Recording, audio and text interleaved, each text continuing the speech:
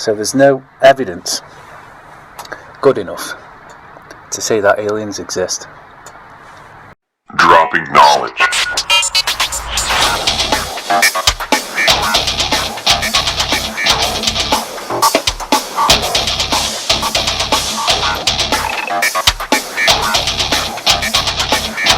Dropping knowledge. Let me tell you why you're here. You're here because you know something. What you know you can't explain, but you feel it. You felt. So, by that I mean, there isn't an alien from a planet that goes through to space in his UFO and appears, gets out of the UFO and appears here for you to see. So when you see, I've seen an alien, and people assume alien, UFO, space, and he's from another planet or another star system. That's a lot of shit to put together, isn't it? Yeah. So I'm trying to break this down into a what can we say, like a transparent, non-biased way. Okay. Because I've been into this UFO thing for years and years, and yeah, you know, I believed there was aliens, but the more I've looked into it, the more I doubt it. Yeah, it's not like the way that it's been portrayed to us, right? Mm-hmm. Yeah, because what I've found is, out of all the research that I've been doing, you end up researching the ones that are telling you about their encounters, and they bullshitters. And what's strange about that, there's certain links to it as well. So you've got ones that have, say they've come up with this technology or something, but at the same time they come up with this technology and they've seen an alien or they've seen a UFO before. And that's quite lucky. So you've seen a UFO in the sky and you've had loads to do with them, and you had a job in the military as well. I don't know, it's just too much stuff. Anyway, I'll get into that later, because it comes really apparent. You can see some of the extent of the research that I've gone into on some of this. But saying that, because I've got so far into it, there's a lot I have to like condense down into an hour. So we're talking years of research here of all different things. So I can only come in at a certain angle of it. But I've got all the links that I'm going to leave on there, and hopefully, if you want to look into it anymore, I can point you in the right direction, or just check out the links I've got and look for yourself in more detail. But hopefully you can just see what I've got to say, and yeah, I'll point you in the right direction. So first thing first, the main thing with the UFO community, as they say, is Roswell. You heard of Roswell before, haven't you? Yeah, I have. So I'll tell you the story, a rough story of Roswell for anyone else who hasn't heard this as well, because this is kind of where it all started. There was obviously shit happened before, but this is like the main starting point for any UFO research. So Roswell, in America, middle of nowhere really, 1947, a pilot, obviously from the military, he saw 9 flying discs, and that's what he reported back. And what happened then, it was reported that there was a UFO crash somewhere on a ranch over Roswell, and from that they said 4 bodies were ejected, maybe before it landed, as like an emergency ejection or something like that. Anyway, made a right mess. Military cleared it all up, and that's where the media came out with there's been a UFO crash, and there's a kind of famous where it's people have got the newspaper, the front page saying flying saucer found or recovered by military, and later that was soon changed to it was just a weather balloon was cleared up. It wasn't anything to do with UFOs. Like everybody changed the story. So was that clear to everyone else, or have you had to dig for that? At that time, was that made apparent? Well, yeah, this is where it gets interesting, really, because it was, that was the official story. First it was aliens, then it wasn't, and then some of these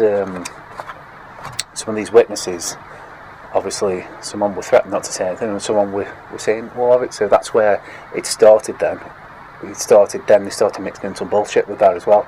So it was really hard. But yeah, what can I say any more about that? We can just leave it at that really for Roswell. It's its own thing. There's a film out there, you can watch it and see everything. But one of the things that happened, I think it was Truman was the president at the time of Roswell, and there was a couple of reasons for setting up a committee.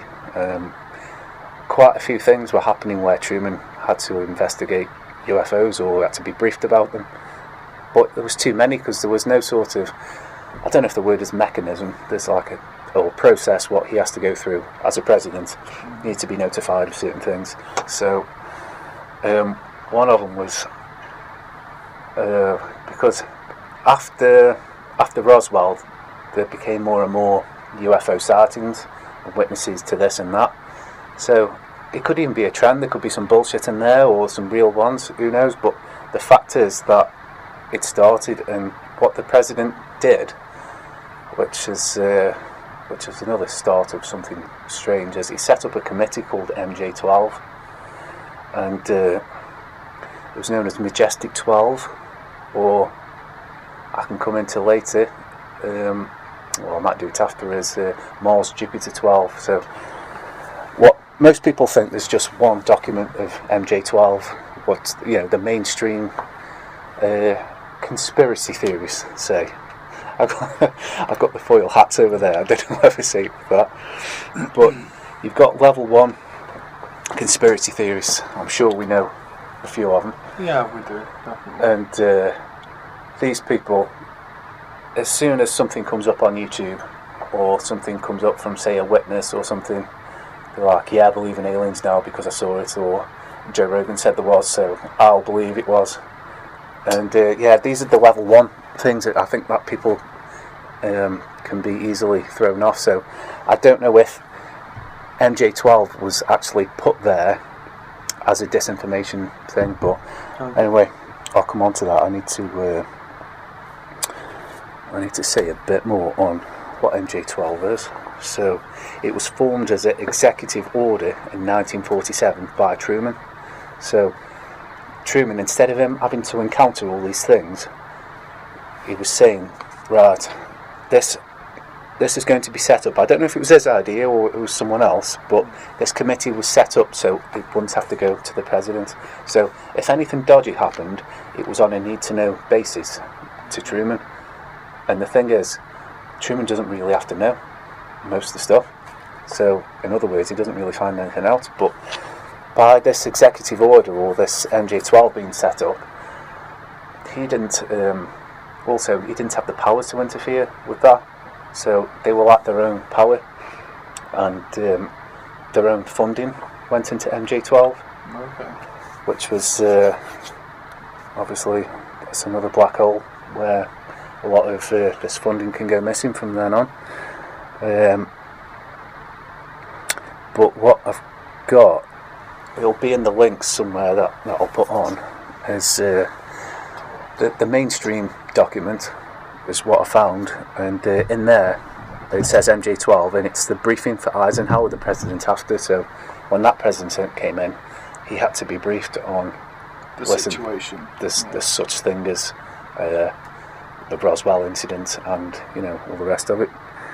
An interesting thing about MJ12 as well, there was a guy in there, one of the 12, he was called Porristle, I think his name was, and as they were talking about all these things, like this committee, because they had to deal with all this.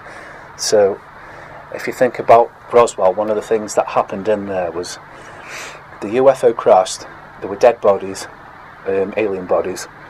The military took the bodies away, they got experimented on, and this...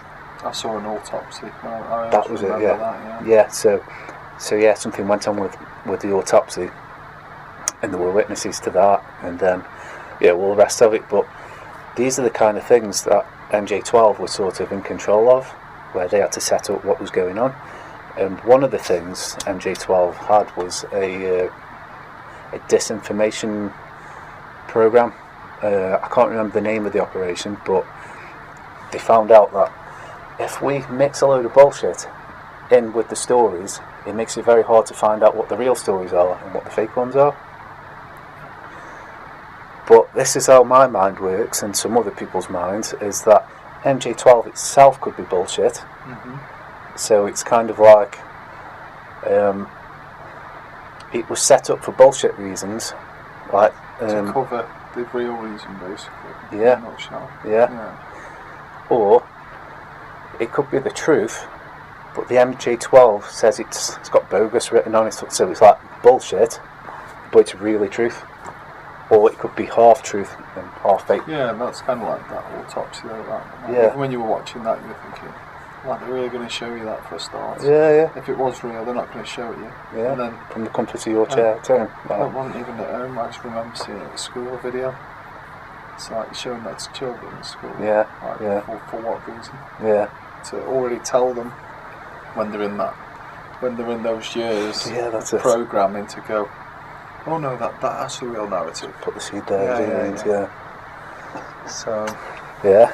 So anyway, this Porristal guy didn't like some of the things that they were doing, especially like say the disinformation and stuff. Mm-hmm. He wanted to get out of it, but it wasn't as easy as that. But the way they didn't want him in anymore, he got out of it as they pretended he was mad. They said, "Oh, you're insane." So he was sent to some I don't know if it's a mental hospital, what do they call them? Nut house or something? yeah, I don't know what it was. But then, there's a whole story to that Porristal thing. It is interesting, but to be honest, I can't remember most of it. Okay. But the gist of it is, they wanted him gone. So, 2 people went to visit him from MJ12 or Secret Service. Next thing you know, he's jumped out of a window for suicide. So yeah, all of a sudden he was mad, and then he committed suicide by jumping out of the window.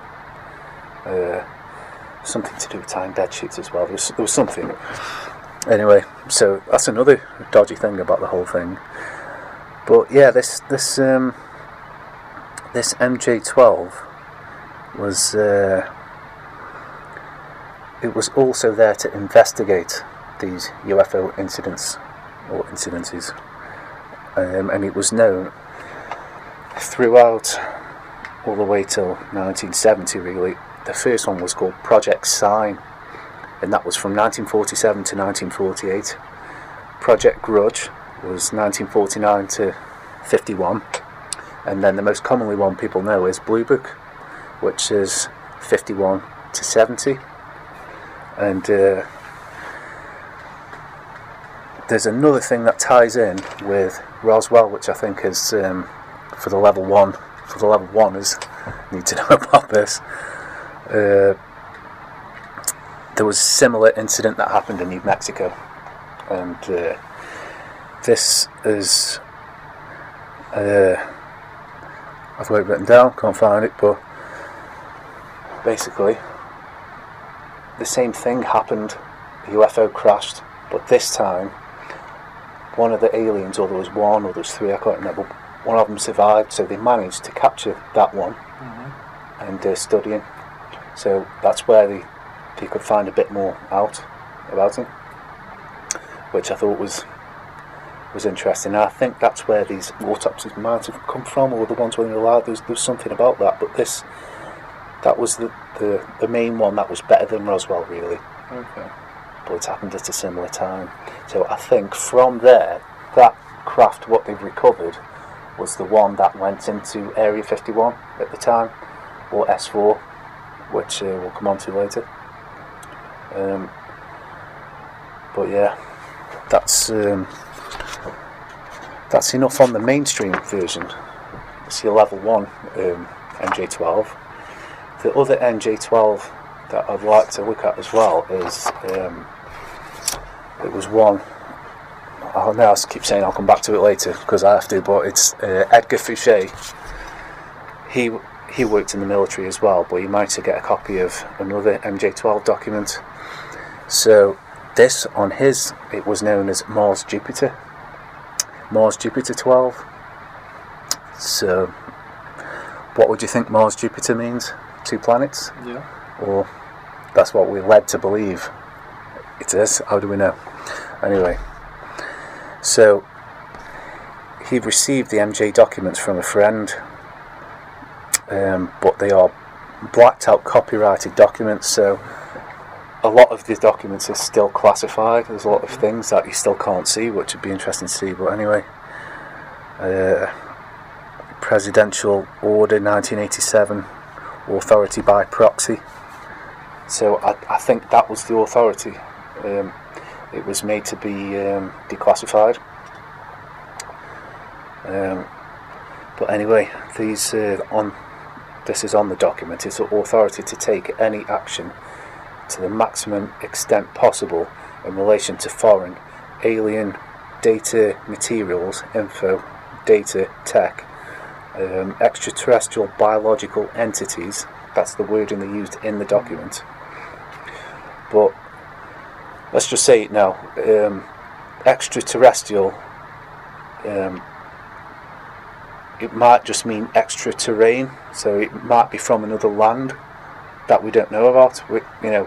This is the bit where we can't link extraterrestrial to space or another planet at this point, because see where you're going here. Yeah, can you see how we haven't got the evidence? I'm just trying to keep it grounded with the evidence-based thinking, I guess. So yeah.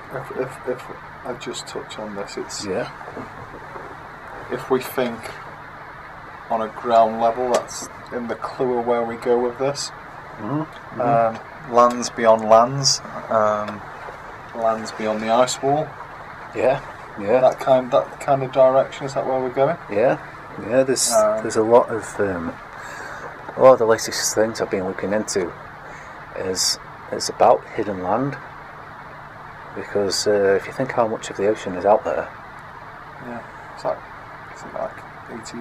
85%. Yeah, something crazy, isn't it? Yeah, you go on Google Maps, zoom out, just spin it around and have a look. Yeah, it's insane. Yeah, and Google Maps, it all goes back to NASA, all that does, and obviously that's another story. But there's something crazy I've heard as well. You've got Google Maps, that's supposed to be a satellite going everywhere, but really it's kind of like cars with cameras and planes and cameras, isn't it? Okay. They've got drones that have done the same in the sea, because what is to say that the technology they've got now, if they can do it over the land and the air, why aren't they doing it on the sea? And I can't remember where I saw it from, but they've said that they've actually got it down to a T. They've got the map of the seabed or the sea, the same as Google Earth, but imagine Google Sea or something like that. Yeah. So they've got it fine. So yeah. There's other things to do with UFOs, because the Nazis were interested in UFOs and they went down to Antarctica, didn't they? Yeah. And that's what the so-called thing why Admiral Byrd went down there. So they think there could have been an alien base down there. It could have been the Nazis that had advanced technology down there. Yeah. That's kind of like where this extra land is coming from, because have they set up other bases there? Well, how do we know these things? Because it's the gateway. Yeah. Potentially. Yeah. My thoughts exactly. Were they were on a quest. Yeah. Beyond what people think they were doing, I believe.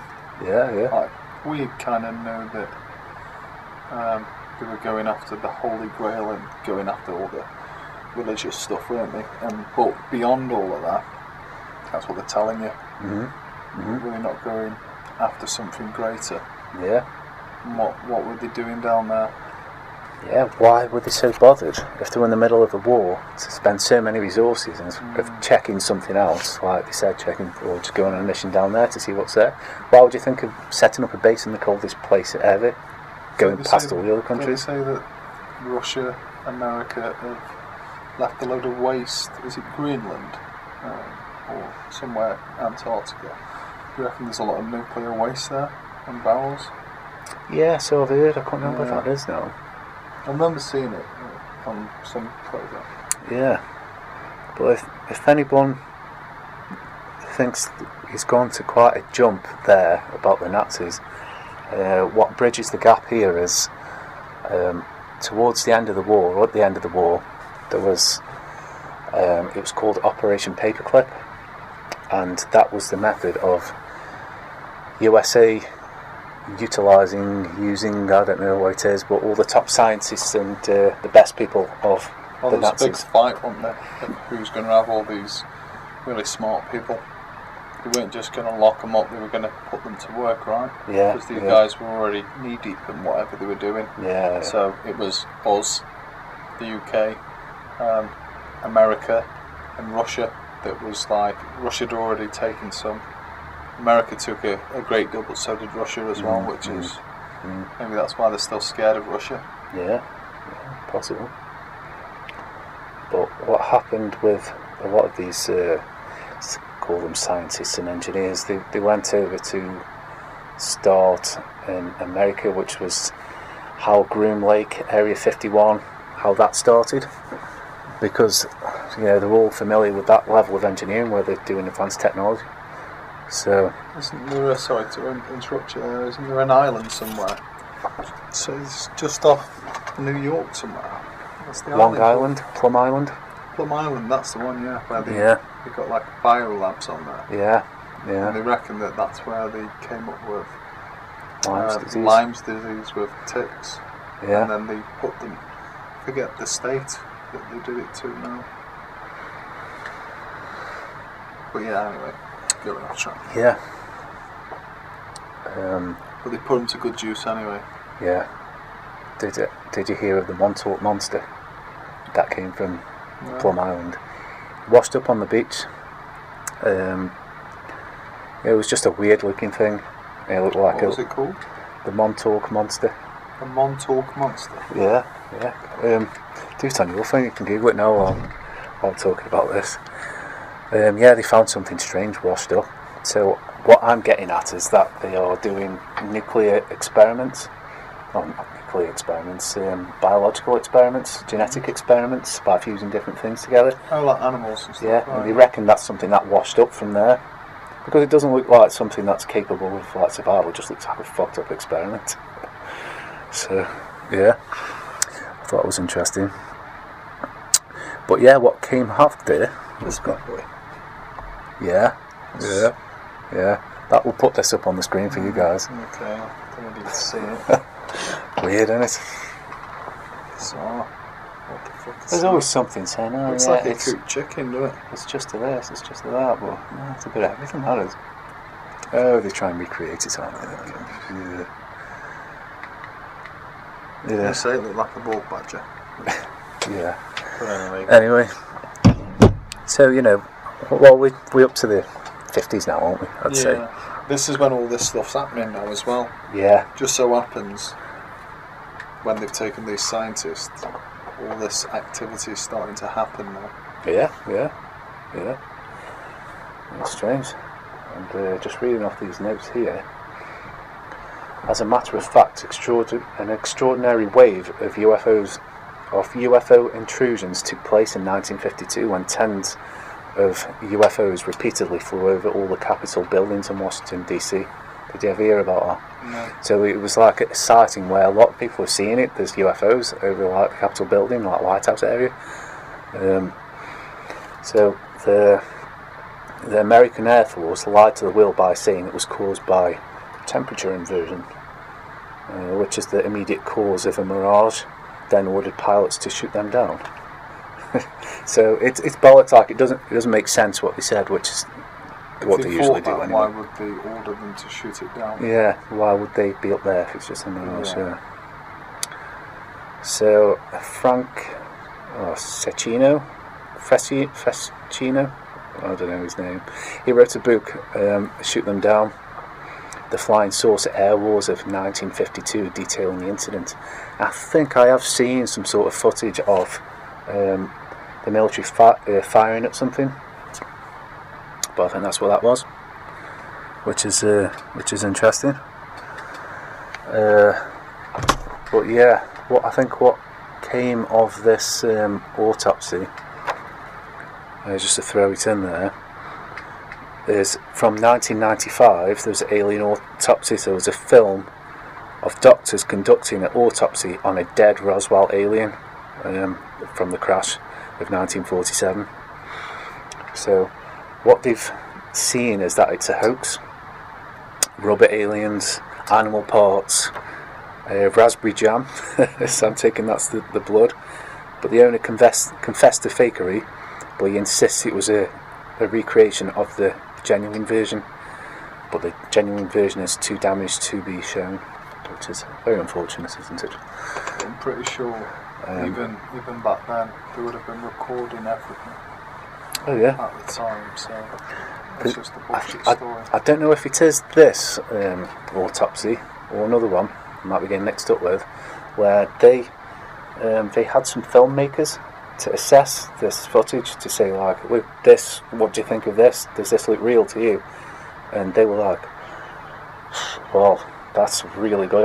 How they pulled his skin back and you saw all the moisture and the blood of when they pulled it back. Thought, that takes some doing, that does. He said, like, so if that was done then, we've only just got that stuff now. So I think that was like, so it's either fake or it's really good. They've done a really good job of it, and I don't know why they'd do a really good job of it for no reason. So, you know, I think if you think in terms of level 1, you'd say, well, obviously it's got to be an alien then, because we haven't got the technology to do that.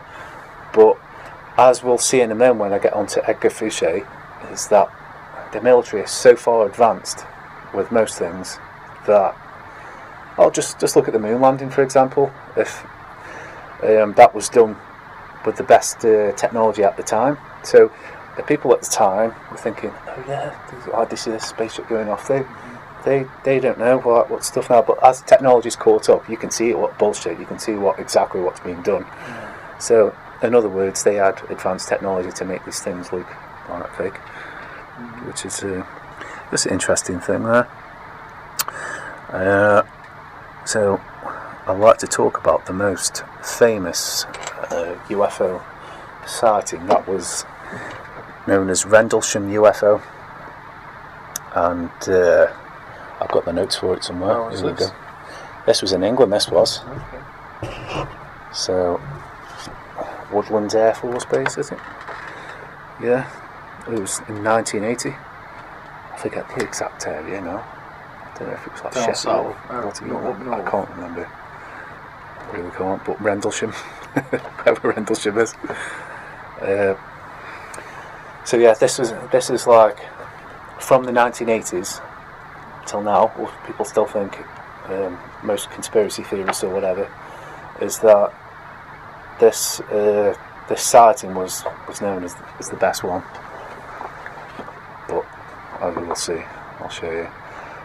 In 1980, I think exactly, next to the Air Force Base, 3 airmen report to investigate something outside the perimeter at the Woodbridge Base. So one guy reported a triangle craft that he saw take off with no noise. 2 nights later, I can't read my own writing, but yeah, somewhat a colonel and his team saw some strange lights. The same night, another person saw something with 3 aliens and multiple airmen reports to seem to see a crash. Oh no, reports seem to clash. That was it, and not make sense. So there's a few things that went on. Some people saw lights, some people saw craft and made a noise and stuff like this. But what we've got, I've got the links up. I'm really into this program or this guy called Richard Hall, richplanet.net. You'll see the links. A lot of things are from there, but there's a guy called that he uses called Peter Hyatt, and he works for the CIA, or the CIA subcontracts for the CIA for statement analysis on to tell if people are lying. So you know he'll and he's got a track record. I think it's something like 90% accurate or something like that, or more than that. So you can tell if you're lying by your statement. So it'll be things like if somebody's telling a story, there'll be words that he will say, or what the liar will say, which will make sense to him. So instead of saying, he'll use qualifier words, so like, did you steal what you did, and say, instead of saying no, I'll say, I definitely did not steal that. And you say, yeah, I did a qualifier word to the word no, so you made that no more sensitive, so it just doesn't seem to flow nice, and you can really pick fault with how you're lying. So he's been given the witness statements of this Rendlesham UFO story, and like I say, it's on there. And then once you start to see the way people talk, you think, yeah, he is bullshitting, because when he's reporting things like this, it gets really interesting. So, like, just touching on that, it's like when people they're overly nice about something. yeah, And this is how it comes across, because they're talking too much about something yeah, that's minuscule, yeah, but they'll put themselves across as like overexciting about it, but really it's So what they've done is they've exposed to you sensitivity of the subject that they're talking about. You're thinking, he's very touchy about this thing. He doesn't seem to shut the fuck up about it. So there's something going on there, what we can look into, because he's either hiding something or he's very sensitive to what he's just said. yeah. So it's one of the things. Glad you said that, because it's one of the things in here. So yeah, like I'll break down each word. So the use of like past tense or focused on location rather than time. Stuttering or not straight yes or no. Like giving a scripted answer, as you said, it's just a bit too much, or distancing from the answer. Diversion as well, like, just completely sideswiping it. Yeah. So anyway, so these are the kind of things he found with the statements from the people, and he's probably some of the language they were using, that their statement was probably it was written down, and it wasn't experiential. Okay. So it's had the word like when he wouldn't know, he'd say like so. Obviously, I'm explaining to you for the first time. You don't know anything, because I'm saying it about this stuff. Yeah, and he's saying the word So it's like, I wouldn't be saying if I knew you didn't know. So it's kind of, anyway, he was getting to that. So it's like words that show sensitivity to the topic. So the stuttering, we've gone through all that. So the interviewer seemed like he had more knowledge than he was guiding in the interview. So that was another strange thing. The guy asking the questions was setting up for him to make certain answers. Yeah, so it was like it was being steered in some certain way. But yeah, so for something that had happened, so they found a UFO, or they say there was a UFO that was spotted. It left a nuclear signature as well. And then... What do you mean by that? So it means that when they said, where was it? It was here. Oh, there's circles in the floor. Okay, kind of like so like footprints. Like Albie said, with those crop fields where there's prints on the ground, right? That's it. Yeah. So they found those, and then they put like a Geiger counter. Geiger counter, is it called, or something? What? Geiger counter. So it leaves it measures nuclear radiation or whatever it is, and they found out there was some sort of nuclear signature or some radioactive presence that was there. So we know whatever was there, we can call it a sensitive thing now, as they say on there. There was something, so it could not be a UFO. But anyway, that's what they said. That's what they found. So these are the facts that we've got. I think in the end, it turned out that we think the three people that were analysed were all bullshitters, but it seemed like they weren't just straight up bullshitting. They must have been bullshitting for a reason, to cover something up. Because if you think about it, if something lands outside your Air Force base and you don't know what it is, there's going to be a massive reaction to that, isn't there? There's going to be the army, everyone's going to come out, everyone's going to defend this thing. Yeah. But the fact that it was covered up, just one person investigated at night and reported on what it was with the police, with some corn blotters. Yeah. Right down. It's not, is it? No. It's like, It's fishy, that is. yeah. So fast forward to the end, because we won't go into other things. I think what really happened was the US military were sneaking something. I think they should have had inspections by the UK, inspections for something like the UK, I don't know, testing equipment or whatever. There was equipment that shouldn't have been there. So what they did was they moved the equipment from one Air Force base close to the other one. They took the wrong turning. As it says, it explained on this map, it was easy to do, and it got stuck in the woods because the end of this road is exactly where the UFO thing was. But we think whatever they were moving, this equipment had nuclear equipment or whatever it was. Okay, I think. So really, it was some advanced technology. What they shouldn't have been there is what they've covered up from the UK. Okay. So I think that's what that was broken down as. So one of the people said he saw aliens get out, but it just seems like a complete lie. No one else saw him, but he's saying he saw aliens. And Just could have been blokes, is what you're saying. yeah, could have been anything. There's, like I said, the evidence is wank. It just doesn't. Yeah, just it's one, just not good enough. one guy's account. Yeah, It doesn't sound too plausible. yeah. So that's all we got on there.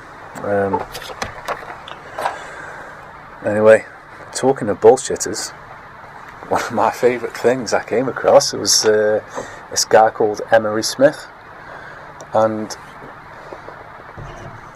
it was last year, year before, something like that. I'm sure if some of you heard of it before on TV, it's called Gaia, and it's almost like the conspiracy theorist version of Netflix. So you've got what's kind of name some. There's the spirituality side. We'll talk about this. There's some stuff like that, but there's UFOs, aliens, crop circles, secret space programs, ancient aliens. I don't know, all that kind of shit. All the like Stonehenge and all this. Yeah. Like, launch pads or whatever they were saying that they were. Yeah. And so I had it for a while, but then I just got a friend that'll just send me all these links, and I just watch the links. And I was watching other things as well. But anyway, one of them that I was watching, it was this guy called Emery Smith. He had his own series on Gaia, and it was called Cosmic Disclosure. And but I didn't watch that series. I'll tell you about that in a second. Its background, this is what he says. He came from the military. He was involved in top secret operations, UFO crash site recovery. He communicated with aliens on behalf of the government. So that's what his claim was. That's why he's on Gaia. So anyway, this guy, he had his own fan base, questions and answers, spiritual health and future predictions and advice. So that's all the kind of things that he was involved in. So at the time I watched this certain thing, I put his name in, and I could see, he had his own website. I'm sure he did, and I saw some YouTube videos where he was doing some conferences, and these conferences were like 2 or 3 hours long, and there were people there, and so it was like, it's legit in that, in that sense. But what I was watching, because sometimes you think, right, let's go as far out as we can, let's see the craziest thing we can. So, one of the craziest things I can think of to look into is probably reptilians. Okay. It's because I kind of like that sort of, it goes way over, it's not your standard alien stuff, it's like reptilians with a whole history behind it and all this shit. So, yeah, anyway, this episode was Emery Smith, who was a Gaia employee, say, getting interviewed by someone else on Gaia, another host or whatever it is. So this is where they're talking about Emery Smith and what his job is. And his job is that he goes to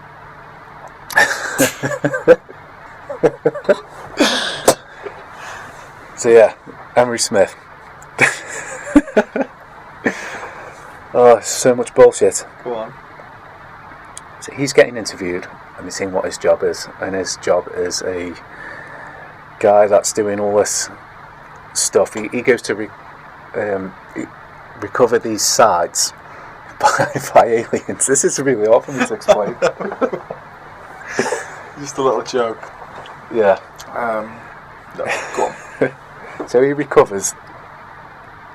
He's involved in all this crazy shit, and he said, "Yeah, we go to these aliens, and no, do you talk to the aliens?" Well, the aliens, they sometimes tell us what they need, and we try to give them what they need, and they will.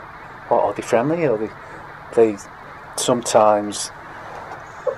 People, and I was watching this kind of spaced out a little bit, and then I sat up and I looked at it, I thought, this guy is bullshitting, he's using all these same things as what this Peter Hyatt's saying, the same language and that.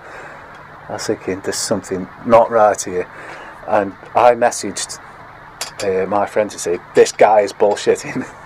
So yeah, oh dear. So yeah, basically it's bullshit. yeah, big time bullshitter. I thought nothing of it until I wanted to do this episode, because I wanted to start calling out some bullshit on this.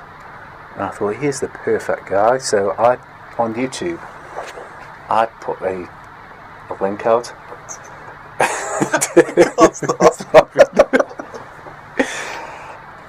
I searched for his name, and then I found this woman. This woman was proper bullshitting. No, she wasn't bullshitting, sorry. You fucking put me off now. I can have some water. Pass that water. Cheers. Yeah, it's water. We're going to have a water break here. Hope you don't mind. Right. I'm completely lost. Where am I? That was it. About a bullshit. So, right, yeah, this woman, she goes... She was engaged to Emery Smith.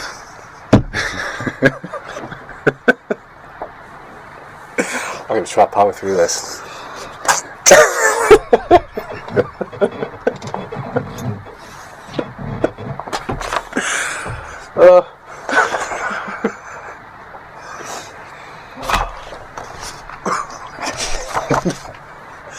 We're good. Yeah, we're good. Right, so this woman... Got the giggles, sorry.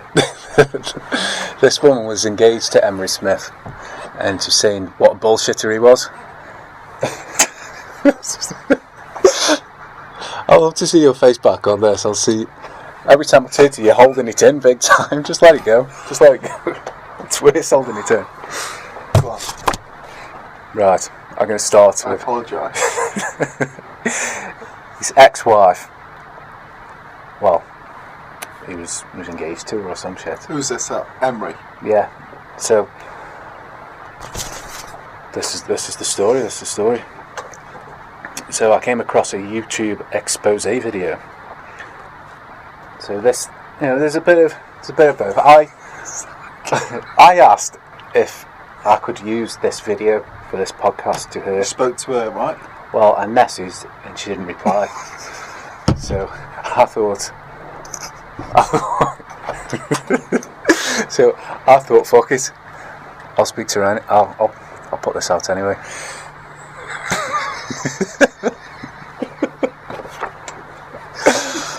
It's alright. We've got this, haven't we? What a person. Oh, go on, mate. Sorry. Lost my flow. No, was it? I can read off the script. Right. So this woman, she was spiritual. She watched his show the same as I did, but she believed everything. She found him attractive. Started to comment, messages, Q&As, and all that stuff. So I think she wanted the D secretly. Yeah, definitely. So I think we've talked about this before, where she's ticked one of the boxes. Box ticking. So yeah. I think that she's found someone that was like in a position, yeah, with some status, some bullshit status, and decided she box tick and go, slide in there. Yeah. But I think what happens with that is, I think she wants a bit of, she wants to believe him because she's attracted to him in that way. So it's more believable. What's she doing now? Was she after any kind of like limelight? Well, this is it. She is like a model, and she has these videos, these what's it called, influencer videos, or how to make yourself go viral, all that kind of stuff. So, yeah. Oh, like what you showed me earlier. Yeah. So yeah, she got in touch with him. She started getting involved with his messages, but these question and answers, you have to pay to go on there.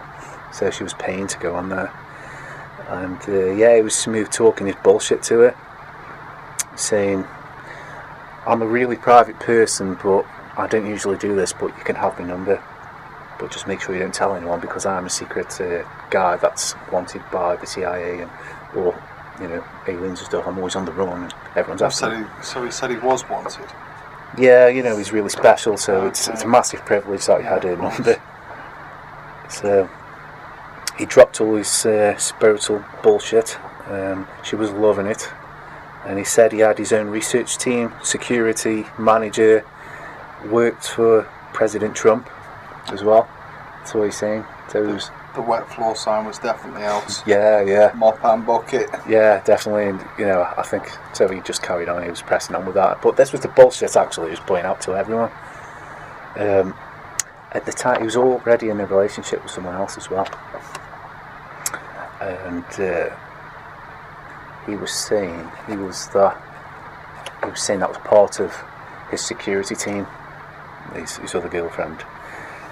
Anyway, after all this time, she met up with him, and he was acting weird, and his hands were shaking a bit, and she just found it a bit weird from all the stuff he was on about. He just seemed a bit weird, and they ended up going to a store for medication, and he was hiding it from her, so making her go somewhere else and saying, "Oh yeah, don't go over there. No, then go over there," And it turned out, I don't know, I can get to that later. He was hiding it from her, and he never took her to his house, where he said his house was. Okay. So the bullshit was getting more suspicious. So he said his other girlfriend was just his employee and his security, as I said before. And she started to put the pieces together. So he started denying it. So I think...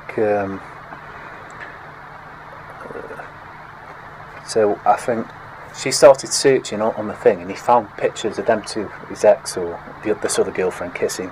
He denied it weirdly. He said, this girl, she's really weird with me. So he says he'd fire her, and told her to collect her things from the house, and she's got 30 days to leave and all this stuff.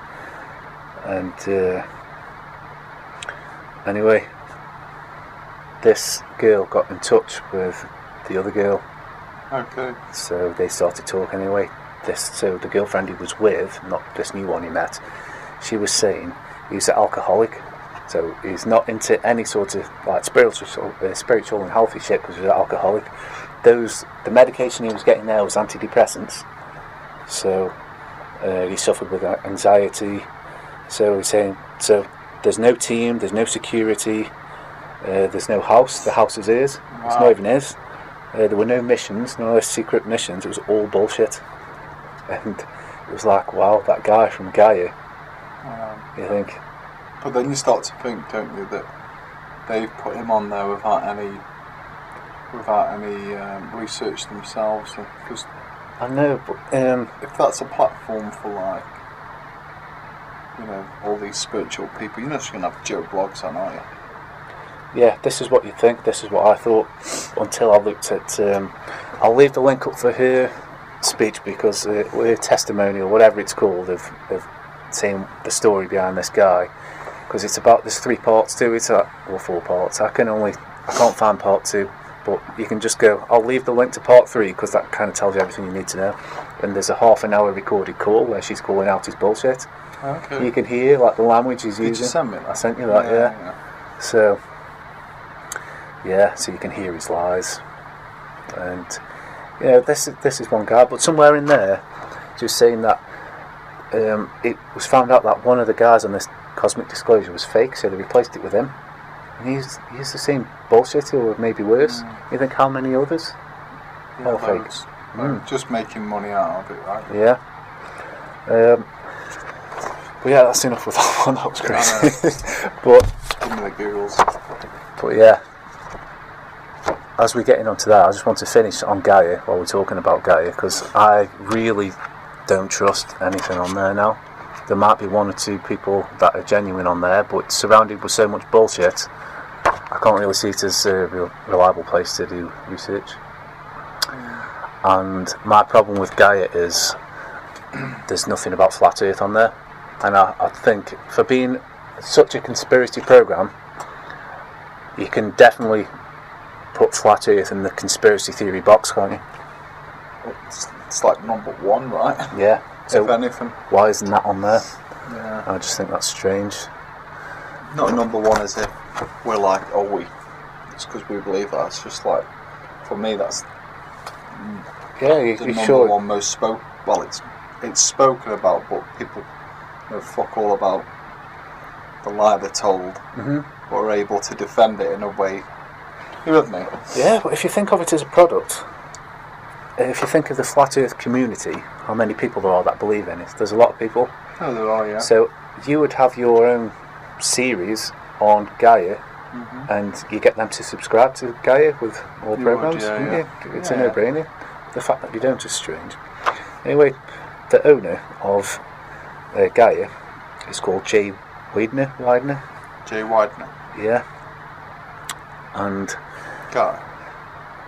yeah, I'll leave another link on here that you will see. It's another Rich Planet link, and very strange what he says. Loves getting pegged. Yeah, One of those guys. no, Simp. really, no, he could. Well, That might have been his initiation to get to where he needs to be, because that's usually the case, isn't it? Every guy's probably going to have to deal with that situation sometime within fame, which I banal think trauma. is banal trauma. I think that's happened all through the entertainment business. The football industry, that's another one. That's the keeping quiet about that. Oh, do people think it was that one manager? Yes, Oh, they realised that there wasn't. There was more. yeah. I wonder how many. Harvey Weinstein, yeah, there's the football, but the football version, Of course. definitely. Anyway, he said in this interview that there was a path that you can go to. Who's this? Sorry. Jay Widener. Okay, right. And it's almost like, you see how we sort of left these crumbs and these half-truths and stuff. It was getting at, they want you to work out what's really going on. This life is a game, and when you can work out how to break the system, break the matrix, kind of find out what's going on, you will find the path where they will welcome you, and this place you're led to live differently, how you're supposed to live. And well, I just thought it was a bit strange how he said it, and it's almost like it kind of works into the hidden land that I'm trying to look into. It seems like there is another life somewhere else, and he was saying it is a physical place, but it seems like these people are they have to do something in exchange to get into this position. So whether it's high up in the Illuminati or the advantages of life or that path or whatever, his exchange might be for Gaia, to put out Gaia as in a big bullshit merchant to steer people the wrong way. Okay, And yeah. I think this is where we're going a lot with this stuff. But yeah, Makes sense. What? I like that too. yeah. Yeah, I didn't. It's I've only found this out recently, and I would like to look at that more. And it does join a lot of dots kind together. of leads on to, like the whole, the reincarnation thing. It's not like they're putting you onto it, but Yeah. do you get me? Like Yeah. another life, you're going to come back as something else. Yeah. Or are you just going to go to a different place Yeah, Do you know what I mean? yeah. That's what, when you were speaking then, that's what's triggering me. Yep. Anyway, the next one, which is more of the, because we've got the Gaia thing, and now we've got Netflix now. Okay. For me, I'm very sceptical of Netflix because Netflix is partly owned by the CIA, I think. So anything on Netflix is supposed to be on Netflix for you to see. Let's just put that out there. So Stephen Greer has got one of the most viewed documentaries on Netflix, and it's called Unacknowledged. So most people have seen that now. Oh, no. So it was just, I'll just give you some background on him, because then you can see what angle I'm coming from, because he seems like a really credible source on this sort of stuff. But when you dig into him, you'll see. So in 2008, Greer started the Orion project and announced that the project was developing a free energy device. So this way you think, right, this is the start of, this guy's going to make free energy. Delay after delay pushed its is unveiling until 2010, when the Orion project declared that the work could not continue until the funding needs were met. So it needed $3 million to complete the thing. So he was saying if we all get together we can make this happen. So, but he insisted that the device was already functional. Yes, it is still not being revealed, which is bullshit. This is where we're getting it. So in 2009, he practically guaranteed that the Obama administration would give disclosure about UFOs and ETs by the end of 2010, which didn't happen. Bullshit. There's another thing here. He was involved CE5 initiative workshops. So this was his own thing that he had set up. So workshops from $41 for basic discussions about findings, like UFO findings, to just under $4,000 for a retreat focused on making contact with ETs. What a twat. Yeah. You think he's just using people, isn't he? But yeah, as we get on to this, there's the Disclosure Project. But I'll talk about the Disclosure Project after, because I just want to know a bit more background on him. So he's been involved, he's briefed the last 4 presidents on UFO phenomena.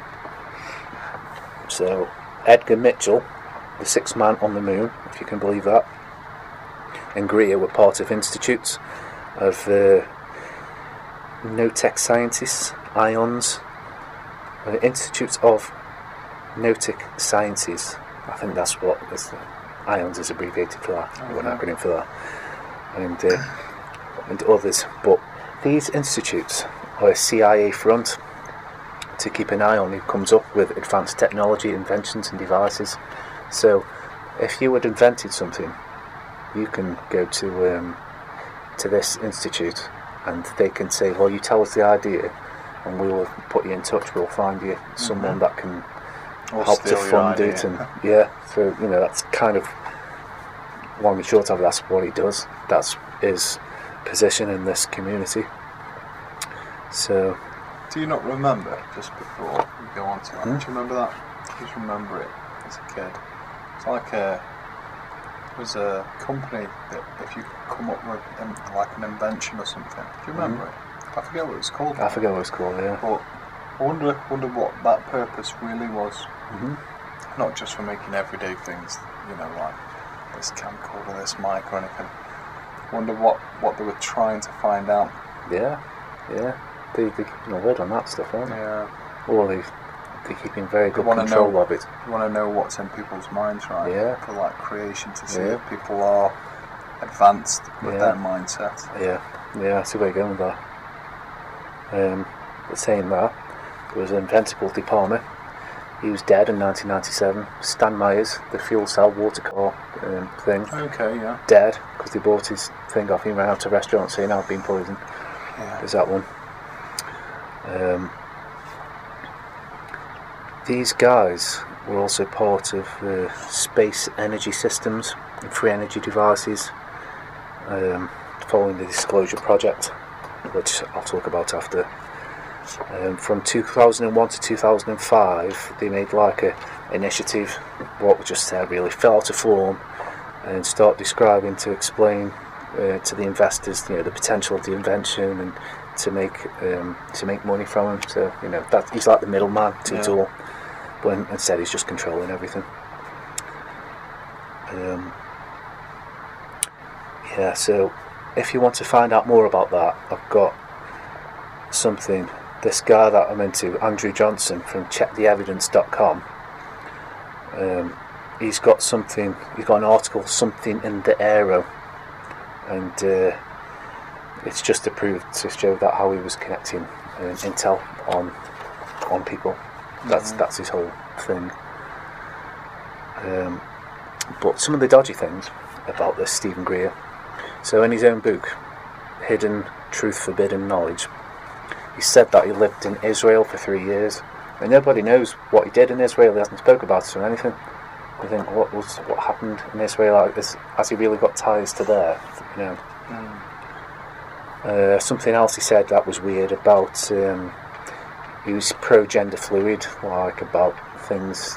He made some comment about gays causing the 9/11 narrative or something weird, like something very off-colour.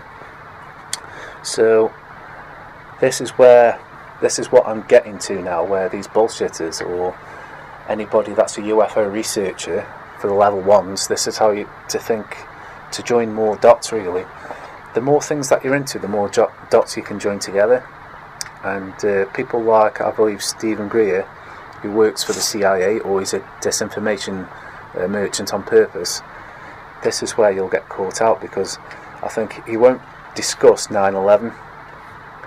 And for anyone that wants to know the latest for what most people think about for the research of 9/11, it was done by a directed energy weapon, and this directed energy weapon it's been demonstrated by scientists and inventors like John Hutchinson, and people like Stephen Greer are also in touch with companies called SAIC, or these advanced technology things that they're involved in. And when you ask them about that, like Nick Pope, he's another guy. This Nick Pope, he when I talked about Project Blue Book, he was investigating UFO things like that. So he's all UFOs, this, that, the other. Well, 9/11 is a... He thinks 9/11 was done by Al Qaeda. Okay. So I think anyone with a brain cell now, you realise that. So he's all like conspiracy theories, UFOs, but then he's like, no, there was no such thing as directed energy weapons. And Steve Greer, but somebody asked him about this, and he admitted knowledge of a direct energy weapon. He says, I've known what you've talked about since it happened. My security team lit up like you wouldn't believe. So he's admitting that there is a directed energy weapon technology, especially what he's into, but he doesn't believe.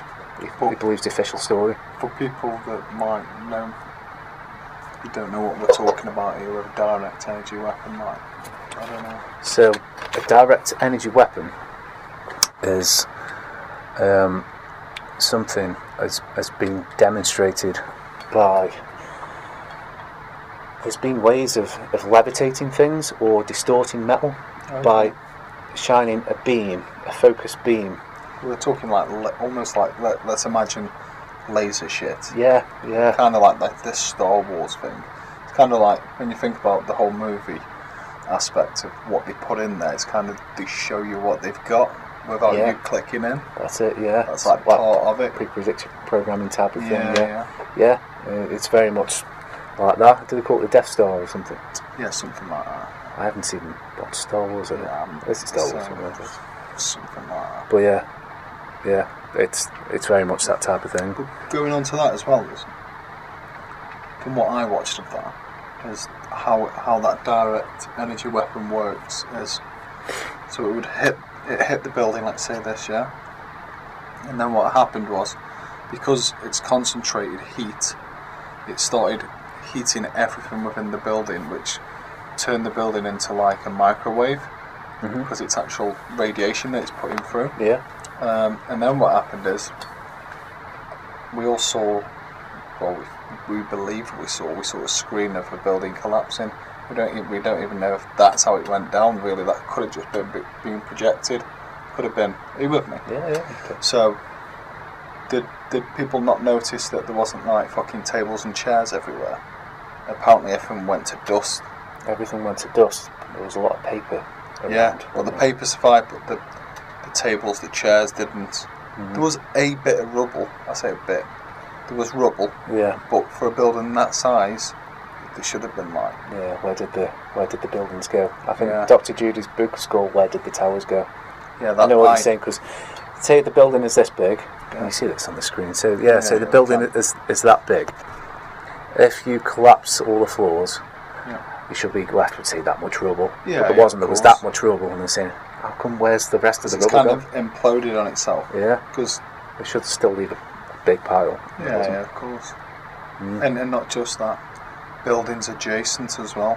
Yeah, building 7. Like, and there's no definite way, unless it was a controlled detonation or they knew how to collapse it in such a way that it wasn't going to topple.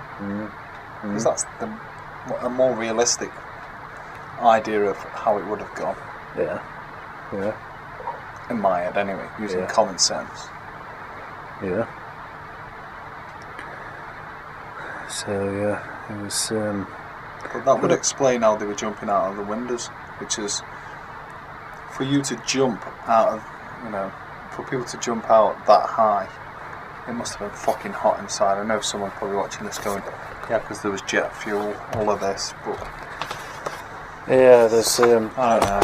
there's a lot of things surrounding that. I would say, like you've watched, all you got to do is type in Dr. Judy Wood Yeah, on I've watched YouTube. it. It's really Scroll good. down, get past all the usual bullshit that you usually see, and then you'll see one of her lectures down there. It's about 2 hours into it. Yeah, and she just goes through the evidence. She doesn't make any theories or assumptions. She And just this goes through the isn't evidence. like- You're like, she isn't a nobody. She's a fucking clue. She's a scientist, some kind of clued up woman. Right? yeah, doctor, obviously. Yeah, doctor. Well, doctor of science, right? Yeah. Anyway, Stephen Greer, one of the main things that happened round about 9/11, after 2000, before 9/11, I think it was in 2001. It's a thing. Have you ever heard of the Disclosure Project? So I've heard it mentioned, but this is one of the most credible things, officially, that's happened to the UFO community, and it was a televised meeting with witnesses of alien encounters and UFO sightings, with credible sources such as the military personnel. So that's what makes it stand out more than anything else. okay. So the problem here is witnesses do not seem to be reliable after further scrutiny, and many of them seem to be linked to the Rockefellers and the elite, which was interesting. But some of the things that happened in this Disclosure Project, you had pilots saying that they saw strange craft and they locked onto them, but they moved away at such speeds that it was unknown to any man-made craft. And there was another one saying that he saw this other guy saying, "Oh, we've got to Photoshop out these pictures that come back from the moon. We have to draw over these bases and blur them out." So they're saying like on the other side of the moon there's alien bases and stuff like that. So that this is what's coming out of the Disclosure Project. So this is what people have got on. But if we think of the analogy where the government, this is like saying the government have admitted that there's aliens. Let's say that. Would the government actually admit their own shit, or would they just use it as another arm of disinformation or half-truths? It's not. It's not a reliable source, is it? No, it's Just not. because they've said it, it's not proof, is it? That's where I'm going with that. Witness Dr. B was described as a scientist and an engineer who worked on top secret programs almost his life. You know, I can't be arsed with any of this stuff here. I think that's You've enough you've on Korea. covered that, yeah. I'm happy with that. But yeah, just a couple of things here. If Nick Pope is a similar guy. Nick Pope, I've said this earlier, but he worked on Project Blue Book, and yeah, we said how we caught him out was 9/11. We believed it was official. That was the official story. Narrative, yeah. So straight away, bullshitter. Bob Lazar, we've already spoke about him. I just don't know what to make of him. I really don't know at this point. But anyway, I think what most people have seen after everything we've talked about here, I think it's advanced technology. I think that's the main thing, and it's a really good subject. And I think this is the best time to talk about a guy called Edgar Fouché. And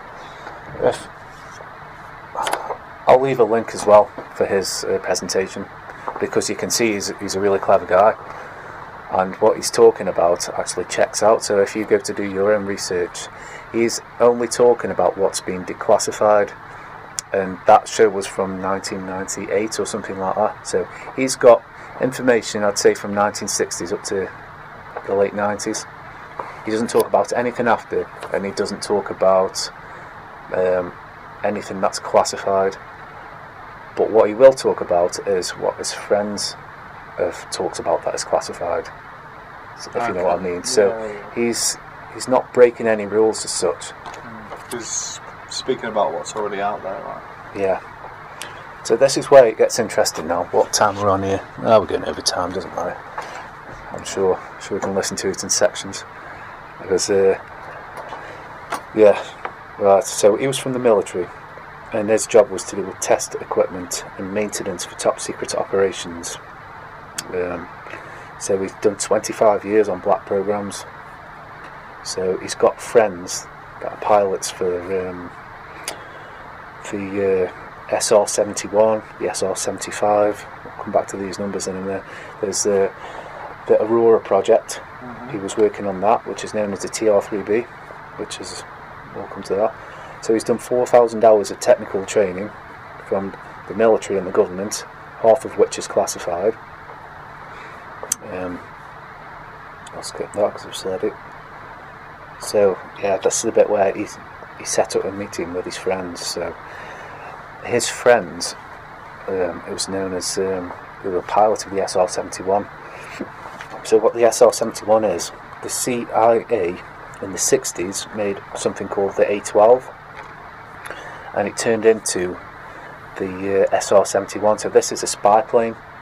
It was later known as a drone. Yeah. No, it was better than a jet, or it's probably one of the best things they invented. And this thing could fly low Earth orbit, or maybe just the highest it could fly. So high it was like undetectable by normal radar. Wow. So it was known as the spy plane, and it was capable of Mach 3 speeds plus. So that's that 3 times the speed of sound. So yeah, crazy fast. And this was worked on in Area 51, and this is like what it was used for. I think this is what paperclip and everything. This is what they were working on, advanced aircraft. And the reason it's a secret is so enemies don't know about it, isn't it? So they're ahead of the game. So with being the SR-71 pilot, you kind of like going where no man's gone before, really. So this is one of the witnesses. So the SR-71 pilot saw some UFO on top of his wing, and his other friend has similar experiences, like saying, they went on there, could hear this buzzing noise, it sounded like a swarm of bees in my head when I saw this weird orb, like it was next to the engines, it wouldn't get sucked in, it was just weirdly going around. So yeah, they're seeing some strange things going on, but we can't say that's an alien, can we? No, we can just say it's some strange thing, some phenomenon. Yeah, there could be advanced technology that's more advanced than the ones that America and Area 51. Who's to say that they know what's happening in the old world? Well, don't do. No. So this side of the world. this side of the world. Yeah, that's what I think. So, yeah. So the main thing here is his friend worked on the TR3B. The TR3B is a black triangle, and this triangle has got a circle in the middle with 3 engines on there. So just a slight thing before I get to the rest of it there is it works by it's a gravity disruption device, a magnetic field thing. Actually, I don't need to get into that much detail, but what I can say here is the way it's made is by it says mercury-based plasma cooled to 150 degrees Kelvin, so I think that's below, so it's really cold, rotated at 45,000 RPM and pressurized to 150,000 atmospheres or 250,000 atmospheres. I'm not quite sure on that number, but the result what it had was it was able to reduce the weight by 89%.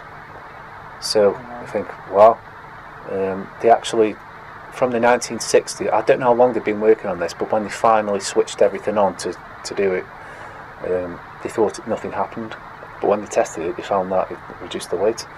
And the most simple way to explain that is they were working on a simple principle, really. Somebody had got imagine a wheel on an axle. Yeah. If you try to lift up this wheel on an axle, it's really heavy. Yeah, of course it is. So what they did, if they were to spin that wheel at about 5,000 RPM, they found that the wheel was lighter to lift up. Okay. So this is the basic way that this happens. So when they put a mercury in there and they managed to spin it, they say it's superconductive, so it will really spin. I think the reason that they cool it down is it's even more conductive, because you know these valve amps that I use, they've got these like glass tubes in there, they look like glass bulbs. One of the treatments you can get is this cryogenic treatment. It sounds like marketing bullshit, but what they say is the way that the neutrons, or electrons should I say, flow through it, it's when it gets that cold, it goes more uniform. Okay. Yeah, it's got a smoother sound. But I think that's where they come to on this. I think cooling something down so much with such a superconductor. To throw this in here, I remember my lady saying that there's a guy in Italy at the moment, during the fuel crisis, when all that came out, and everyone was going, there's going to be no fuel, and everyone's filling up and all that bollocks. Well, apparently there was a guy, an engineer, that was speaking about there's a way to make your vehicle lighter. I didn't know the ins and outs of what he was saying or whatever, but she told me that he's come up with a way of making your vehicle lighter so you use less fuel. Yeah. Right. There you go. So I don't know if you want to look up that. Yeah. But yeah. Look at it. It's some guy the same theory, isn't it? Yeah, that's why that just triggered my memory. Then, like. Yeah. And so what they've got is they've got this thing that can be 89% lighter. So Edgar Fouché says that the most simple thing to do is put it in a triangle and use 3 multi-direction thrust type of engines on there, and then you've got this thing. But have I got any notes on here? But we can see the TR3. So yeah. So the first one was a 200-foot across prototype. And since then there's been 3 versions, maybe operational, 600-foot across. So they say that's 2 football fields across, I think, is what the witnesses said. So they were spotted. One was spotted in Belgium in 1990. And there's been 1 or 2 photographs, and it does make sense. There's a massive triangle in the sky. This hate's silent. It's got this one big light in the middle and 3 others on the edge of it. Yeah. And this thing is capable of speeds of Mach 9. That's unheard of. just unheard of. And that's probably what these pilots have been seeing, right? Yeah, and they can make near right angle turns, Yeah. things like that. So this is like really advanced stuff, isn't it? Well, when you think if it's in a triangle, it can choose any direction it wants to go because of the location of the thrusts. Yeah, Because yeah. essentially they're going to then change. You're going to have something going down as well as one changing direction for which way you want to thrust, right? Yeah, Do you get me with yeah, that? yeah, yeah. So, if you will, each corner can be the front. It can steer. Are you with me? Yeah. So they can choose the direction. Maybe that's why the design of the triangle is. Yeah, yeah. I'll throw that one in there. Like. Yeah, makes sense. And another thing is, if you were to go to Mach 9 speed and you were to take it like a near enough right angle turn, like the inertia effect of that, you wouldn't be able to do it, would you? You No. would, like your body wouldn't take it. The 'cause- G's. yeah. So the difference with this is how a magnetic field works is you're in the centre of the magnetic, or the centre of gravity, you can call it. I know it's not quite that. Centrifugal. Yeah, part of it. So you aren't affected by the inertia of any way that Yeah, things go. okay, So yeah. you're always in the centre of that. So you can go anywhere and it won't affect you. I think that's the way they're using it. And this is a good time to say that when you see anything on the land or moving through the air, it's the principles of an engine through the sky, say, is to push against whatever it is. So this is the air. So when it comes through an engine, it usually accelerates the air out past the engine, Yeah. and it kind of uses that as a thrust Yeah. to thrust off. Yeah. And you've got the similar thing with a boat, haven't you? You've got the what they call propellers, and that will push it off against the water and boost it along like that. Where this starts to get, where you start questioning things, is when a booster rocket is used in space in a vacuum. So when things are in a vacuum, you can't really accelerate the air that's in front of you to boost off Yeah. back there. So a rocket will not be good in space, or this type of system.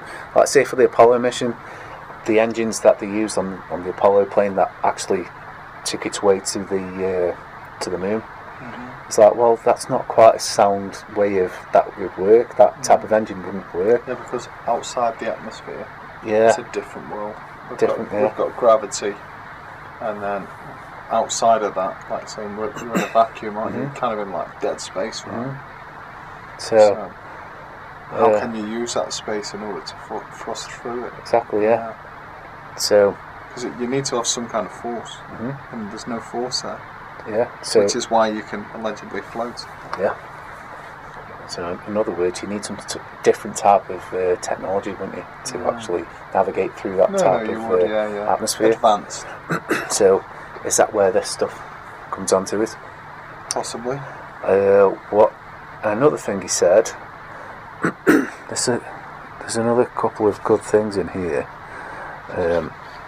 For anyone that, what he found when he worked in Area 51, the thing he remembers over anything is these goggles. You put these goggles on, and these goggles don't let you see.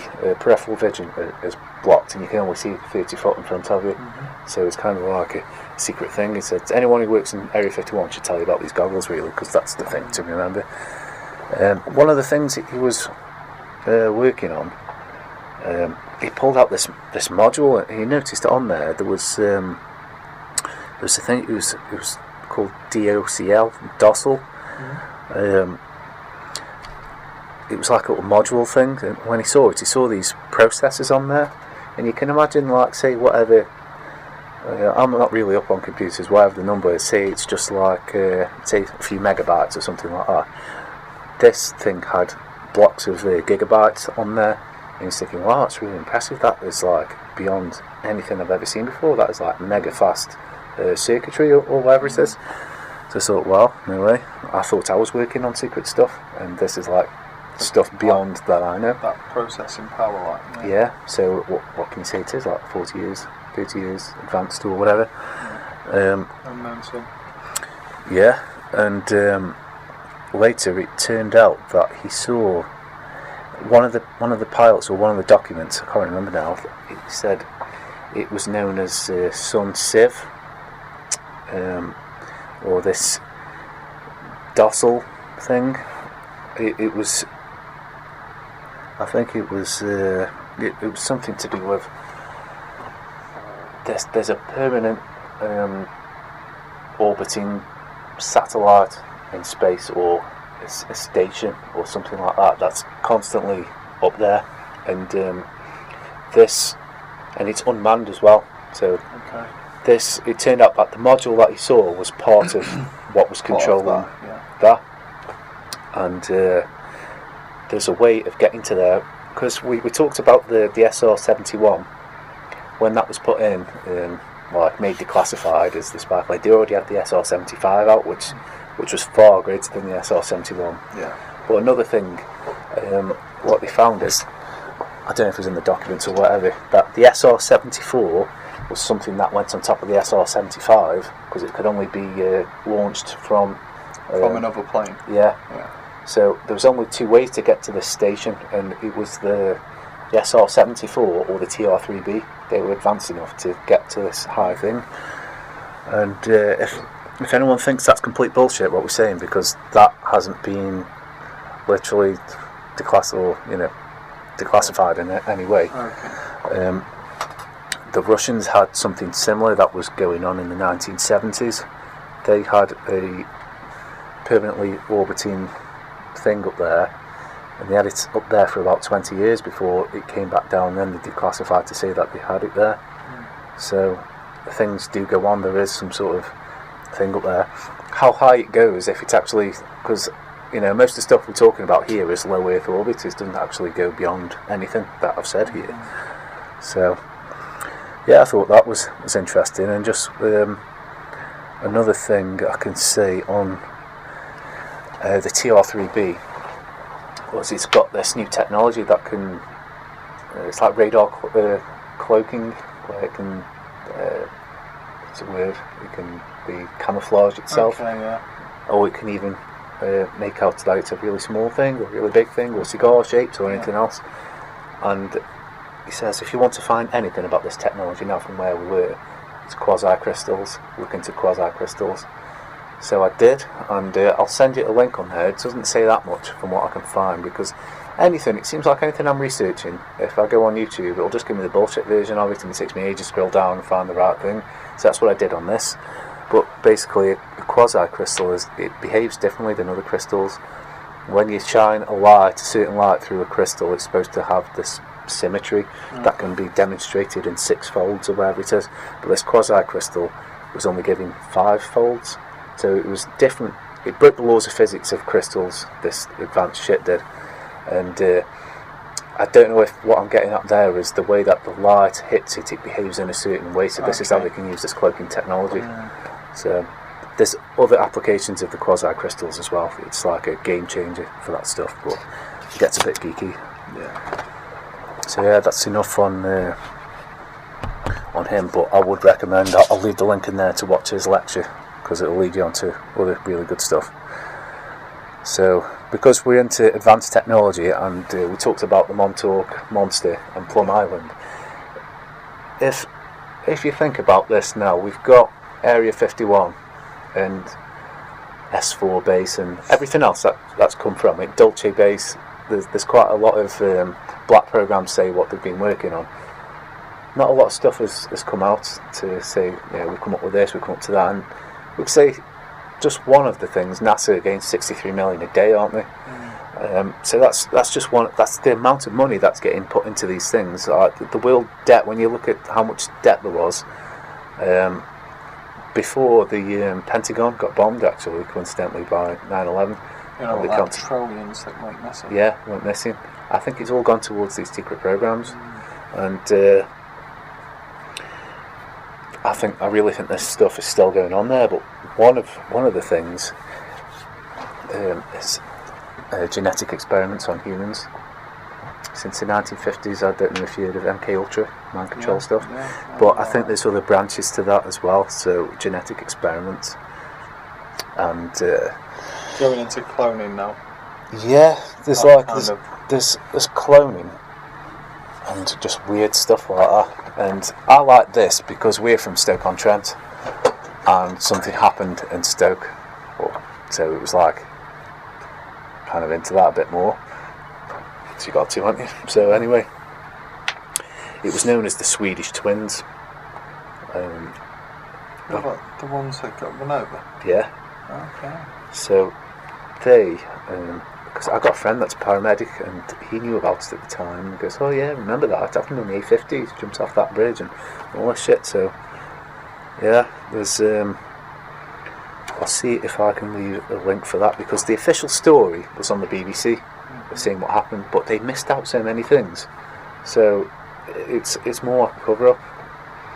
Anyway. So run over by a truck, right? Yeah.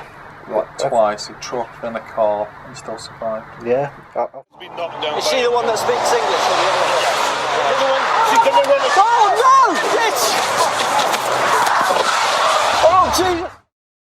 Standing on the hard shoulder of the motorway, the police were being informed of a situation when, without warning, Ursula suddenly broke free and ran into the side of an oncoming truck traveling at around 56 miles per hour.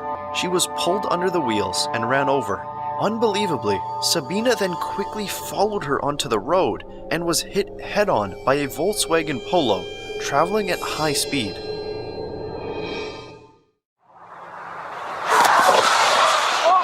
Mike Alpha, we need ambulance, senior officers to the scene, we've got 2 possible fatals. Incredibly, both women survived. Ursula was immobilized as the truck had crushed her legs, and Sabina spent 15 minutes unconscious. The twins were treated by paramedics who had been called to the scene, but Ursula resisted medical aid by spitting, scratching, and screaming. To the surprise of the police, Sabina got to her feet despite attempts to persuade her to stay on the ground. Sabina started screaming for help and for the police, even though they were right there with her. She then hit an officer in the face and again ran into traffic on the other side of the motorway. Emergency workers and several members of the public caught up with her, restrained and carried her to a waiting ambulance, at which point she was handcuffed.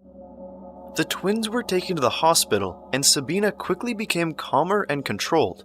She was released into police custody 5 hours later. Leaving court, Sabina began to wander the streets of Stoke-on-Trent, trying to locate her sister in hospital, and carrying her possessions in a clear plastic bag given to her by police.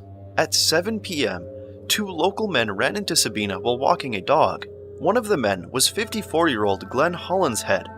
The next day, Hollinshead tried to help Sabina find her sister. She stayed in the house throughout the day, and at 7:40 p.m., while dinner was being prepared, Sabina stabbed Hollinshead. Sabina fled the premises and was caught on the run by nearby CCTV. She ran out of the house with a hammer, periodically hitting herself over the head with it. By this time, paramedics had found her and gave chase. The pursuit ended at Heron Cross when Sabina jumped from a 12-meter high bridge onto the freeway below, breaking both of her ankles and fracturing her skull in the fall. She was then taken to hospital. Yeah, I'll start it from further back. It was, so this is the bit where they didn't really say. It was at Liverpool's police station. It was the first place that we really saw these. They reported to the police that the children had been kidnapped by one of the lunatic partners in Ireland. So they were actually going to the police. This is what you don't see on the BBC version. Okay. So I don't know if they were going down to London, so they're on the coach down south. The official story is they fell out with the driver over luggage, and they were saying something, they fell out with him, so they went to Sandon Services and they were told to get off there. And what happened there was, the official story was that they had their luggage and they said that they couldn't put it under the, they didn't put it underneath the coach, they stayed on with it. But it was just strange how he was driving down the motorway and the driver was, and decided for the twins that they weren't there's something wrong with the luggage. Just say, oh, by the way, put your luggage there. Something just doesn't add up with the way that was. There's a bit of suspicion on that part of the story. But anyway, they were found at the Sandon Services holding these bags a bit suspiciously. So some of the staff called the police and said, I think we've got a bomb scare here. These people are acting... Wasn't the kid, was it? No. Oh, if you can go dark on me that, and I was going to say, there's a kid in the suitcase. No. But what happened was, I think a police car turned up, or security or something.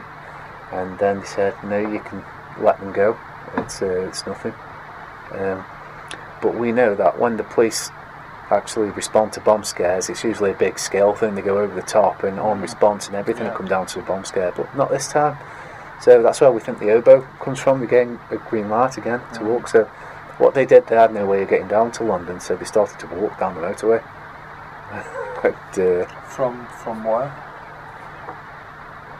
Sandon Services. So they were going from there and they made it down.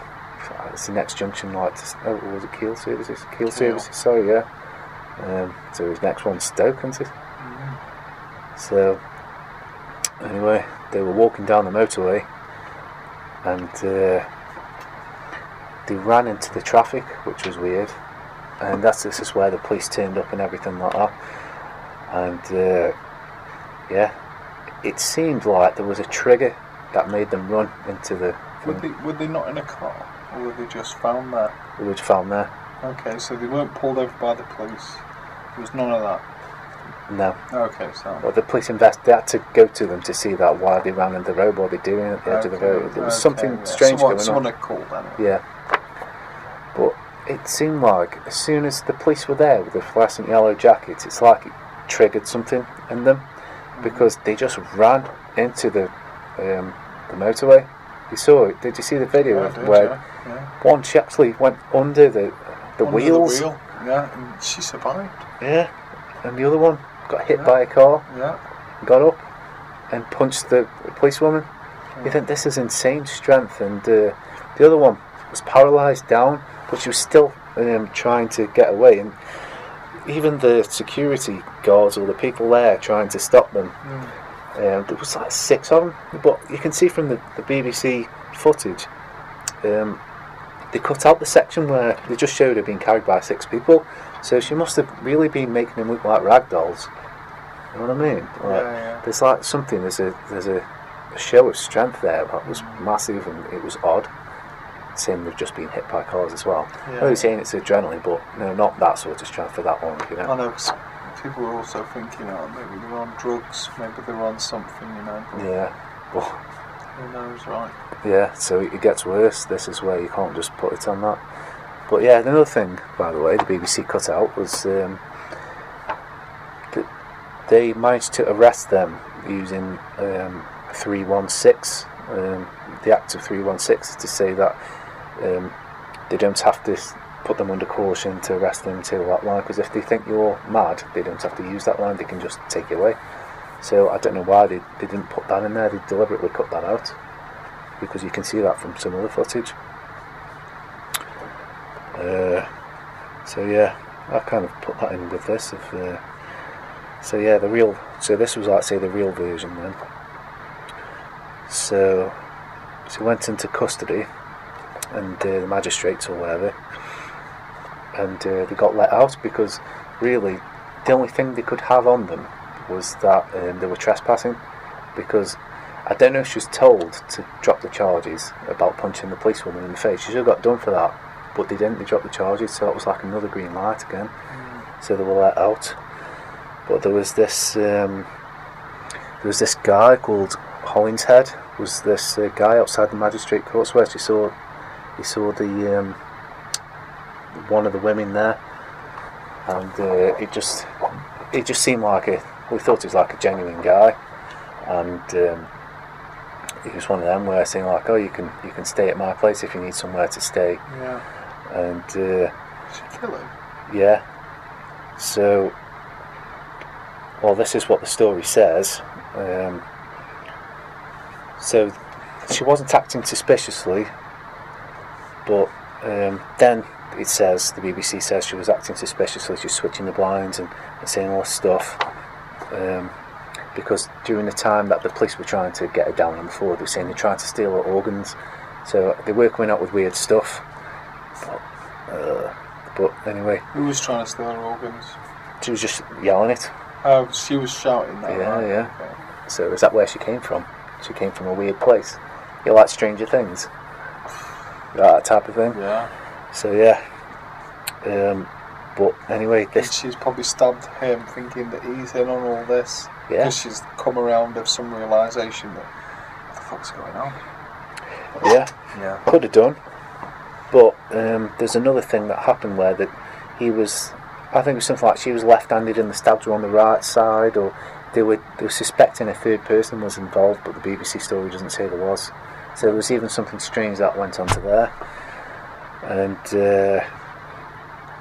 there was another guy as well that I can't see in here, but they were saying that after she stabbed him, she was walking down towards the A50, hitting himself in the head with a hammer and being strange. Anyway, this guy, he says he saw her, chased her down to Duke Street. Duke Street, dancing. Yeah, and he said he tried to tackle her to the floor or whatever it was. And this guy who they interviewed, he won't speak to anyone, he won't be pressed further, and they don't know if it was bullshit. He was there to fabricate some sort of narrative over this thing. But anyway, she jumped off the A50 bridge, survived, just broke her legs or something, survived. And it turns out that these twins, actually, she got out of hospital after, and I don't know, yeah, I think she went to prison, but by now she's been let out because it was classed as she was insane or something like that. Okay. But it's thinking like, wow, there's something really dodgy going on with these twins. These twins are like, it's almost like a super type of human experiment. Anyway, the story they used, it was saying that they had a shared psychotic vision disorder. So it was some super bullshit excuse saying that, like, say if we were twins, I've got this really psychotic thing, and So you're now I've got it. you're sharing my same vision. You know, isn't that the most bullshit thing you've ever heard?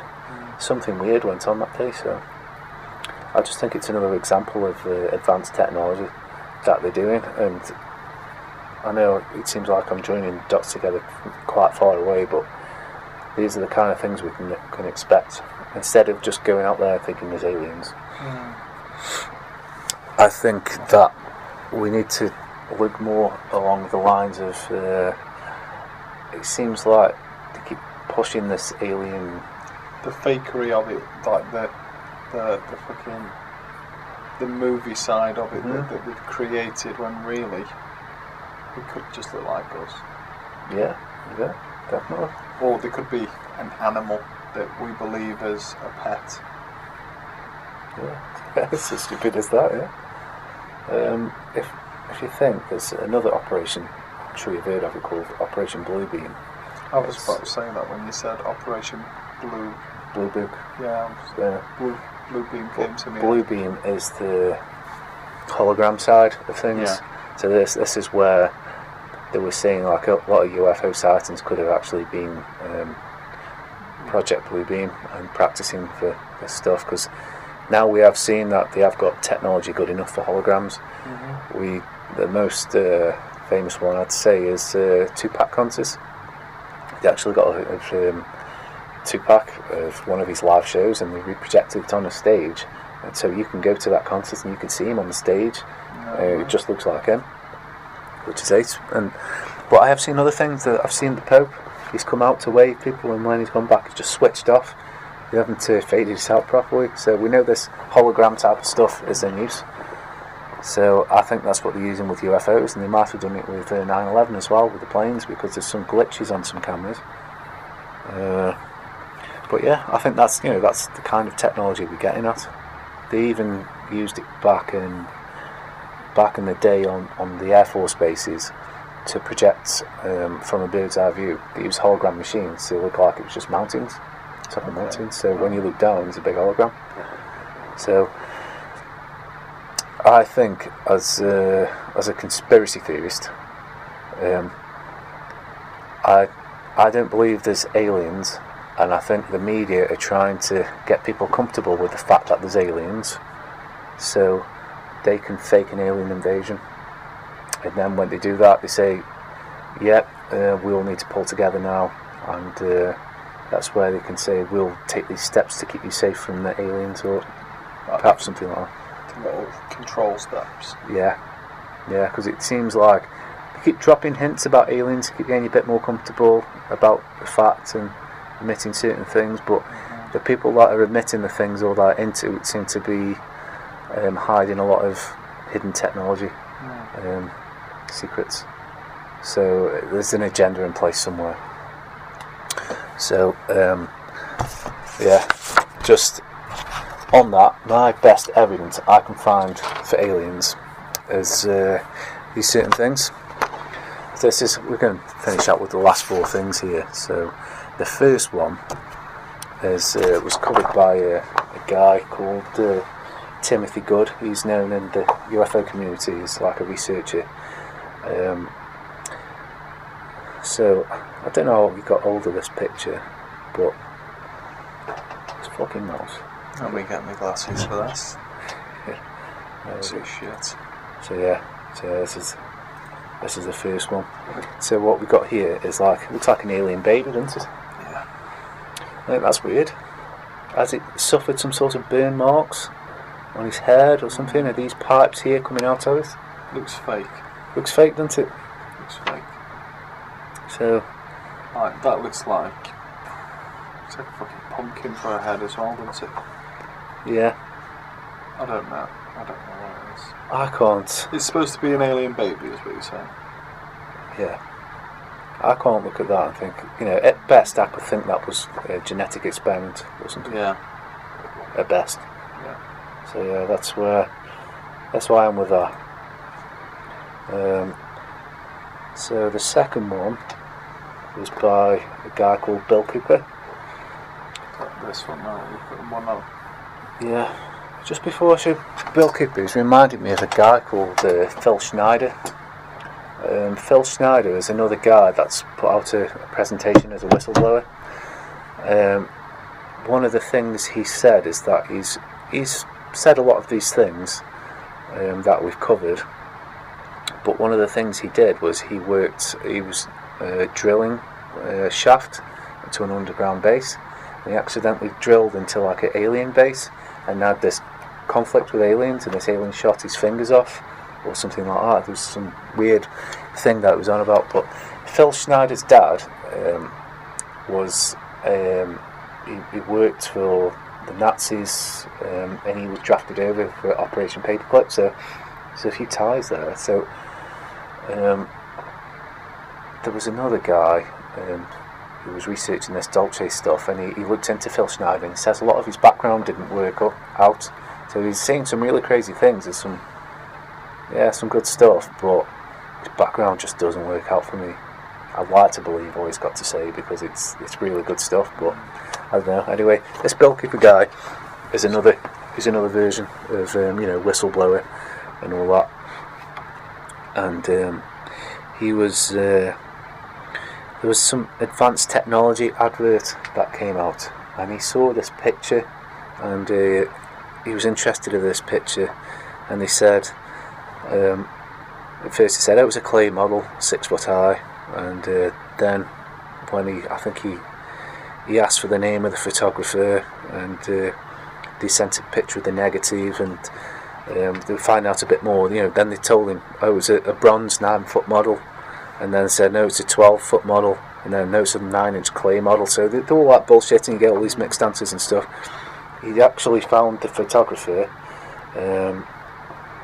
and he refused to talk to him and stuff. But what he found was this picture was like really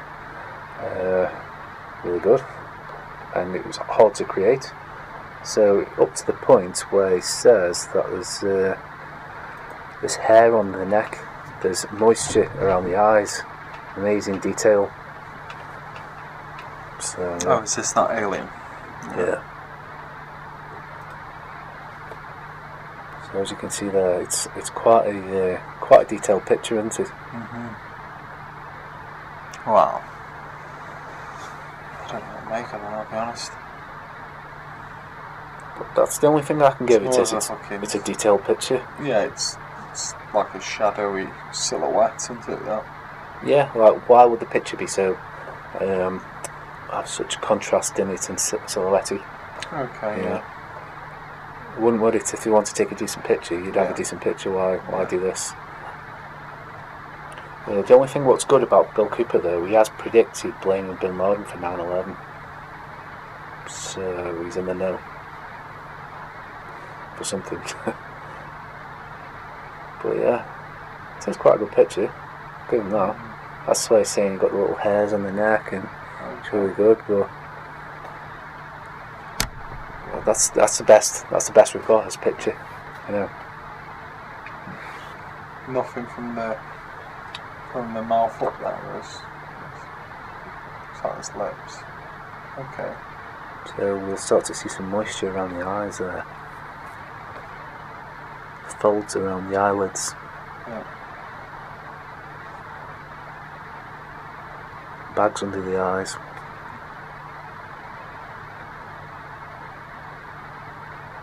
It's quite eerie, isn't it? So it's been a massive sesh. Nostrils. Anyway. Yeah. Now you can take a few grams up each nostril into that. So, what are we on now? This is good one. Oh, I do like this one. So this is an alien interview. Well, I must say before we start, is all attempts to debunk this video have failed. 1997, an underground base, this was known as, a biological entity was shown to be coughing / breathing problems, and it looks in the picture like there's a heart monitor in there. The person is actually visible in this video on Rich Planet, so I'll leave the link to this, obviously all the links. It's on the left of, I can see something, but they say to the right. I can't really see to the right, but I can see there's someone in this interview. Okay. But obviously there's people going over to him and checking out stuff, and it's saying that they're working by telepathic communication, so that's why I can't hear anything, but make of it what you will. This it now, right? Yeah. So this is 1997, which is it's the best we've got. So that's the heart monitor there, and you can see that he'll start having breathing difficulties. He's leaning over now. It looks like he's struggling. And this heart monitor starts going faster. But you know, then again, why this dark room? Why can't you see him like really well? It's always a shit picture, isn't it? They always portray them as like demonic as well. Have you noticed that? Yeah. They've got some kind of demonic look to them.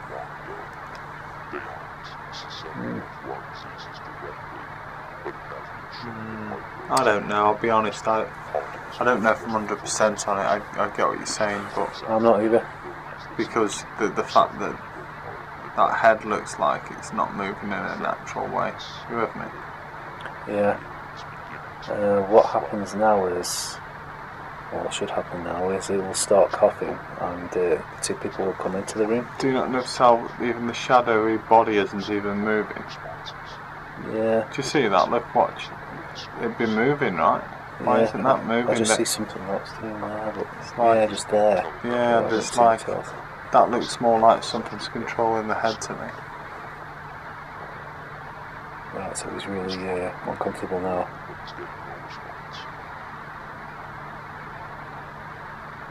That looks like a fucking laser pen, mate. It does Not gonna look- lie, that's a fucking laser pen. Ah, so we can see someone on the right. Yeah. Okay, I can see that now, but I can see something here. Can you? Yeah, I can see something now. So yeah, I can see what they mean now. Why would they be in there in the dark room? So yeah, so they come from behind the curtain, what looks like a curtain. He's wiping. I think he's. They say that they're checking around his eyes for hemorrhaging. It is quite good how they've done it. Yeah, if it is fake, you could say that it's quite a good job there, wiping a tissue around the eyes and the mouth.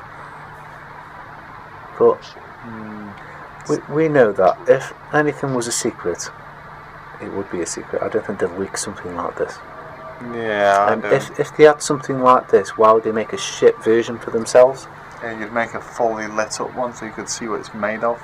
Yeah. So yeah, I think that's all we need on that one. And I would like to finish with this one, because this joins a few dots together. Another video, right? This is more of a picture, really. I'll just send some background information. So yeah. Let's look at this picture then. So what we've got here is, this is the skull, and this is like a reconstruction of, like, say, what it looks like.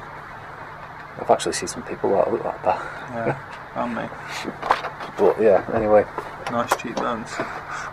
Yeah. Lloyd Pye is known as the Star Child skull. If anybody wants to look at this, you go on richplanet.net, episode 37, 172 and 241, so you can see some stuff there. Anyway, so this skull sort of thing came out, and this guy was researching it for like 14 years or something, but then he died. So within a year after he died, the owner of the skull came out and said, oh yeah, it's debunked. It's started debunking it, saying, yeah, I was just fabricating the whole thing, it's nothing. But that just seems a bit suspicious how all that happened. It was discovered in the 1920s. Pye was loaned the skull. This is where he examined it, and he found called nuclear DNA, and mitochondrial DNA was different from humans. So it has been carbon dated twice, and all that stuff. And what's weird about this is this is obviously something that's different than a human skull, and it's showing that there's some experiments to prove that it has different DNA makeup, whatever it is. So you'd think these mainstream channels that have gone about, these UFO researchers, you could tell them about that, and then they would start funding this and looking into it. They weren't interested. And one of the things was Stephen Greer, who we spoke about, because he was saying that he had some sort of little alien thing going on where he was trying to discover. So this, I think it was Lloyd Pye, actually went up to Stephen Greer at one of his conferences and said, look, I've got this, and told him the whole story behind it. And Steve Greer said, oh, that's interesting, yeah, and just kept him back and didn't go into it. You're thinking, oh, why didn't you go into it? This is a nice little smoking gun for you, because you and your shit research, you can't really make an impact. Yeah. We're giving you something that you can make an impact with your backing. Yeah, and you didn't. You think, oh, that's suspicious. So this is the most credible thing that I can find of something non-human, and at the end of the day, to me, that's not strong enough evidence. I can't say it's strong enough evidence. So that just looks like a fucking human with a balloon head, doesn't it? Let's face it. Yeah. Very human-like. Mm. There's nothing within this research where we can say the space. All we can say is that these witnesses say that the aliens came from a certain star system, like Sirius B or something like that, and or Orion or Beetle. It's called Betelgeuse or Betelgeuse is the name where the Greys came from. But we can't really. There's nothing to join those dots together, so we can't even look into that. In other episodes, I can look into certain sections of it. Maybe we can get back into this if we have enough feedback, but I think you can see from what I've seen is we're just not there yet for research. Well, for finding real proof that there is. Yeah. Yeah, and everything I've come up to here, you know, maximum like year 2000 or something, we're like 20 years advanced on from then. So you're talking about Area 51 now. You've got a runway where they used to take off. We don't need a runway these days. These advanced craft. Like, why would everybody know about Area 51 being a secret base? Well, it's not very secret now, is it? So these locations will literally be an opening in a mountain that's probably covered by a hologram, so you can't even tell, and these things will just come in and out, and it looks like most of this stuff is man-made. So yeah, that's where we are. Sorry this took twice as long as we thought, but We want to close on the fact that everything that we're talking about, or what you're talking about today, and what we're going to talk about in future podcasts, is we're not trying to like make entertainment out of it. We're not trying to be entertaining or we're not trying to go somewhere with this. We're just yeah. So out there really. this isn't like for entertainment, as you say. So for entertainment's sake, like, he's not going to be here and do a Joe Rogan and say like, just disagree with me, just to play devil's advocate, just for entertainment reasons, just to make it more entertaining for the viewers or anything. But at the same time, we do share a similar mindset, and we do have different opinions on quite a lot of things. Yeah.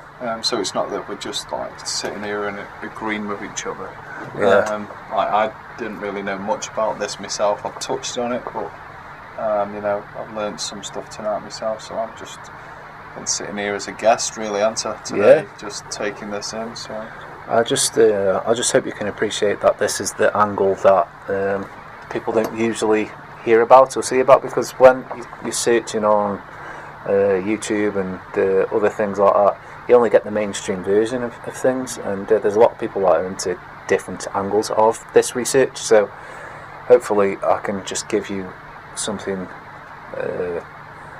well, my view of it, really, my opinion, because what I've talked about here isn't just some crazy well, you're sharing other people's opinions here and evidence, aren't you? So it's not just your own. It's people that you see that are credible to yourself.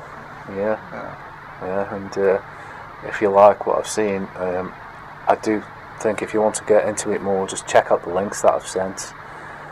I think I've got them all together now. So, like I say, each one is like an hour here, 2 hours there. So it's obviously, this is like years of research that's gone into all these things. So just make of it what you will.